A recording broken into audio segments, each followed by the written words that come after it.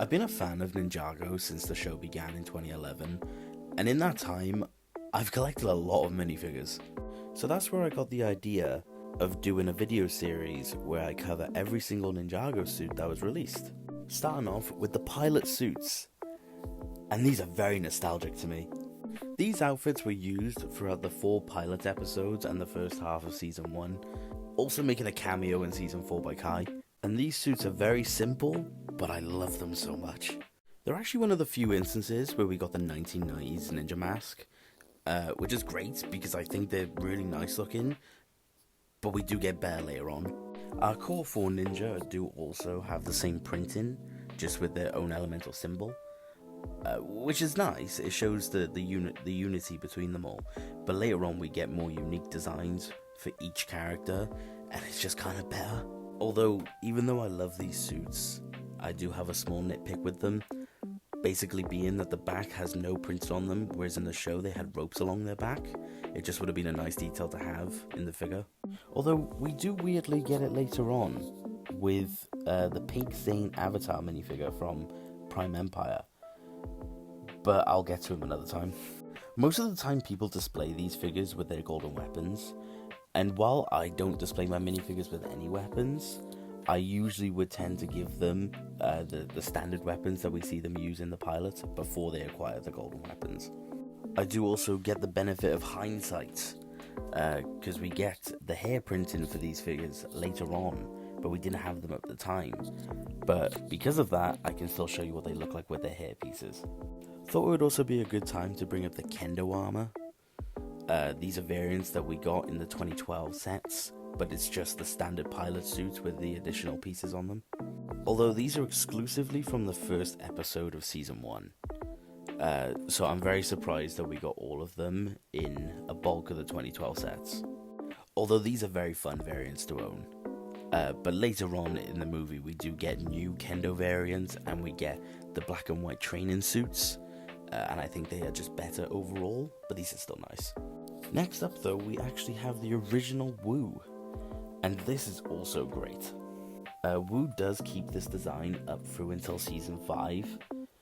We do get other variants of him throughout the seasons between, but this is the one that he always comes back to. This is definitely a case of it wasn't broke so they didn't fix it. It's an extremely simple design, and that's a great thing because it does what it needs to do, and it does it perfectly. Although just continuing to add to the simple but effective, we got the original Nia. This is a casual outfit that we have through until Season 3. Again, I just don't really have any complaints with this figure. This is probably pure nostalgia, but I do find this figure also perfect. But I will say she is similar to the Core 4 Ninja in regards to the fact that she doesn't have any back printing. But the back printing isn't overly necessary. But she does actually have a 2-sided head, which is a very nice touch. Even though the masked side of her isn't actually canon, it's a nice little addition to have. Although the last minifigure we got in this video is the original Lloyd minifigure. This is his Season 1 design because he wasn't in the pilots, but he is shown while the ninja are wearing their OG designs. This is his hooded evil design that he uses in Season 1 when he's releasing the Serpentine. It's just another case of an iconic outfit being used in minifigure form. This was also the introduction of Lloyd's dual-sided head. We have the happy side of him and the scared side. It was a great way to represent how Lloyd was in the show. Similar to the ninja as well, we do have the benefit of later releases. We finally got Lloyd's young hairpiece in 2021, so here's what he looks like with his hairpiece. Overall, this is just such a great set of figures to own. Probably some of the favourites that I do own. They're very fun, and obviously it shows where the show began. But similarly to the Transformers videos, I like to recommend what I'm reviewing. But this is very difficult to say.